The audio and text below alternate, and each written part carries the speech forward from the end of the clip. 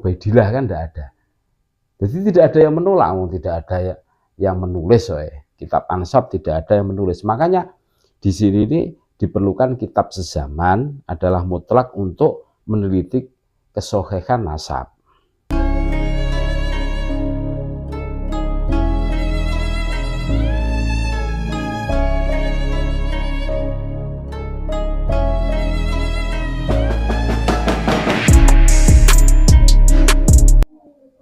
Assalamualaikum warahmatullahi wabarakatuh. Alhamdulillah wassalatu wassalamu ala rasulillah Muhammad ibn Abdillah alladzi la nabiyya ba'dah.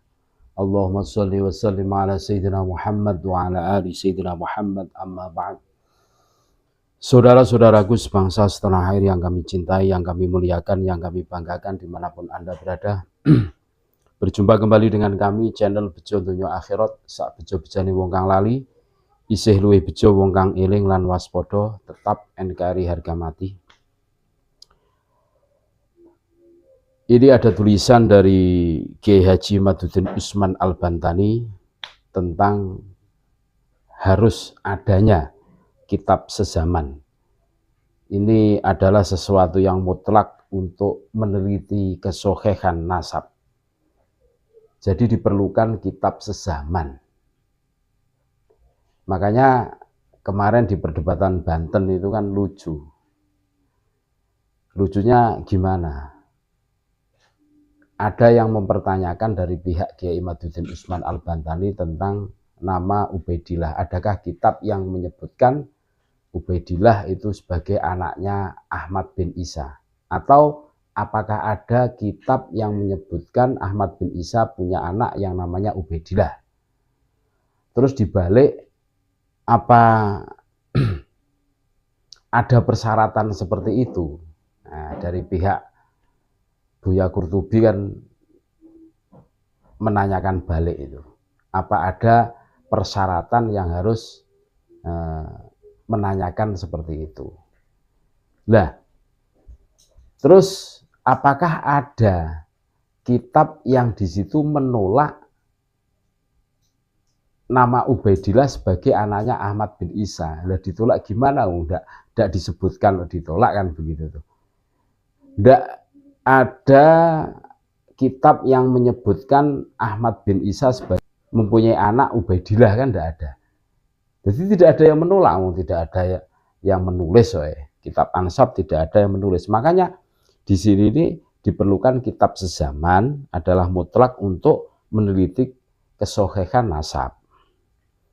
Secara epistemologis, ilmu nasab adalah merupakan cabang ilmu sejarah, historiografi yang sudah matang dari sebuah sejarah dan nasab yang hari ini kita kenal. Terkadang sebenarnya adalah cipta kondisi dari proyek masa lalu, dari mereka yang memiliki otoritas dan sumber daya dari komunitas yang diuntungkan dengan historiografi tersebut. Fabrikasi kisah-kisah keagungan seorang tokoh masa lalu, baik dari peran-peran heroisme di medan perang maupun peran keagamaan, sampai keramat-keramat wali yang difabrikasi sedemikian rupa, serta falsifikasi data-data pendukung, adalah dua cara yang lazim digunakan para pemalsu nasab dan sejarah demi mencapai tujuan. Cipta kondisi tersebut bertujuan untuk mencapai posisi penting dalam kawasan di mana historiografi itu dibentuk, lalu dijadikan sebagai legitimasi bagi sebuah otoritas kepemimpinan baik politik maupun sosial keagamaan. Tidak hanya sampai di situ, hasil cipta kondisi itu akan dapat dirasakan bukan hanya untuk pelaku, tapi juga untuk anak keturunannya. Biasanya cipta kondisi yang berupa fabrikasi sejarah dan falsifikasi data itu dilakukan oleh sebuah komunitas pendatang di suatu kawasan atau oleh komunitas lokal yang leluhurnya tidak mempunyai peran-peran penting di masa lalu dalam sejarah kawasan tersebut. Sistem demokrasi yang memberi ruang yang sama bagi seluruh anak bangsa untuk tampil mengekspresikan potensi maksimal dan prestasi mereka tanpa dilihat kesejarahan leluhurnya, kadang tidak membuat sebagian elemen percaya diri untuk bersaing dengan elemen lainnya, tanpa mengkapitalisasi unsur-unsur dari sisa-sisa feodalisme yang primitif. Di saat yang sama adanya tafsir-tafsir keagamaan yang terlanjur diterima oleh sebagian faham keagamaan, misalnya tentang memberi penghormatan lebih terhadap keturunan Nabi Muhammad SAW, adalah salah satu faktor yang memicu adanya usaha-usaha fabrikasi dan falsifikasi dari nasab dan sejarah leluhur. Tetapi jangan khawatir, sebenarnya kebenaran mempunyai jalan yang telah diciptakan Allah Subhanahu wa Ta'ala untuk senantiasa mengawal manusia agar tidak dapat disesatkan oleh para pelaku pemalsuan tersebut. Di antaranya adalah teori kitab sezaman dalam menakar kesohihan nasab dan sejarah. Para ulama nasab dan sejarah telah membuat pola uji kesohihan sebuah nasab dan sejarah dengan cara apakah klaim nasab dan sejarah dapat dibuktikan dengan sumber sezaman atau yang mendekatinya atau tidak. Sayyid Husain bin Haidar al-Hashimi dalam kitab Rosail fil Ilmil Ansab halaman 183-184 mengatakan tentang cara mendeteksi kesohihan nasab dengan kitab sezaman. Fa inna allaha yuhayyi'u lil qurunil abdali fid din wal abdalu fi kullil ulumi wal haqaiqi allati fi falakid din.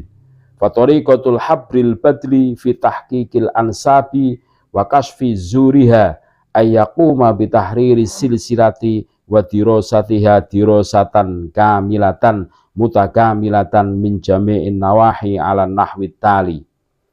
Ayat rusa silsilata al-ma'rudota alaihi dirasatan nasabiyatan mahdotan fahuwa yulahidu bihawasihi kulliha wa yasnifu wa yangzimu al-bayanati wal ma'lumati wa yulkhisu al-afkaro wa yudbiku khobaratihi wa hadhihi dirasatu ala ayyi hal fin nasabati as-sadiqati au fi da'wah takunu abru murahilin yajba'uhan nasabatul muhaqqaqu wa hiya tahrirun nasabi bimakna ayyabsuton nasaba tarotan wa yusjiruhu ukhra ila akhirih. Yu'addun nasabatu tobaqo tisilsilati wa yuqdaru tawarikhil tati wal wafati idza juhilat li ghairil alawiyyin wa yuza'u at-tabaqatu 'alal fatrati zamaniyati allati syaghalatha as-silsilatu wa yusiku hadhihi at-tabaqat minal masadiril mu'tabirati ma amkana ila akhiri tabaqatin yumkinu tusiquha wa tukhrijuha min tilkal masadir. Mata sohat an nasabatu lil fardi aw lil jamaati fa innan nasabata yaqumu bi taqwimi silsilati wa taswibil khalali at-tari'i 'alaiha ma law wujida madamat sahihatan ghairu makdzubatin wa ammal kadhibu fala yata'atta ma'ahu islahul khalali wa dhabatuhu wa muraji'atuhu alal masadiri al mutakhassasati wa muqabilatuhu 'alaiha. Maka sesungguhnya Allah menyiapkan bagi setiap masa para abdal dalam agama. Para abdal itu ada dalam setiap ilmu dan hakikat yang ada dalam orbit agama. Maka cara al-habr, orang alim, yang al-badal, ulama utama dalam setiap masa dalam memverifikasi silsilah dan mengungkap kepalsuannya adalah dengan meneliti silsilah dan mengkajinya dengan kajian yang sempurna dan terintegrasi dari segala aspek sebagai berikut. Ia mempelajari silsilah yang disajikan kepadanya dengan kajian nasab yang murni, mengamati dengan seluruh indranya, mengklasifikasinya dan menyusun data-data dan informasi-informasi, merangkum pemikiran-pemikiran dan menerapkan pengalamannya. Kajian ini bagaimanapun juga, baik dalam silsilah yang benar maupun silsilah yang hanya pengakuan berlangsung melalui tahapan-tahapan yang biasa dijalankan oleh seorang ahli nasab yang muhakik,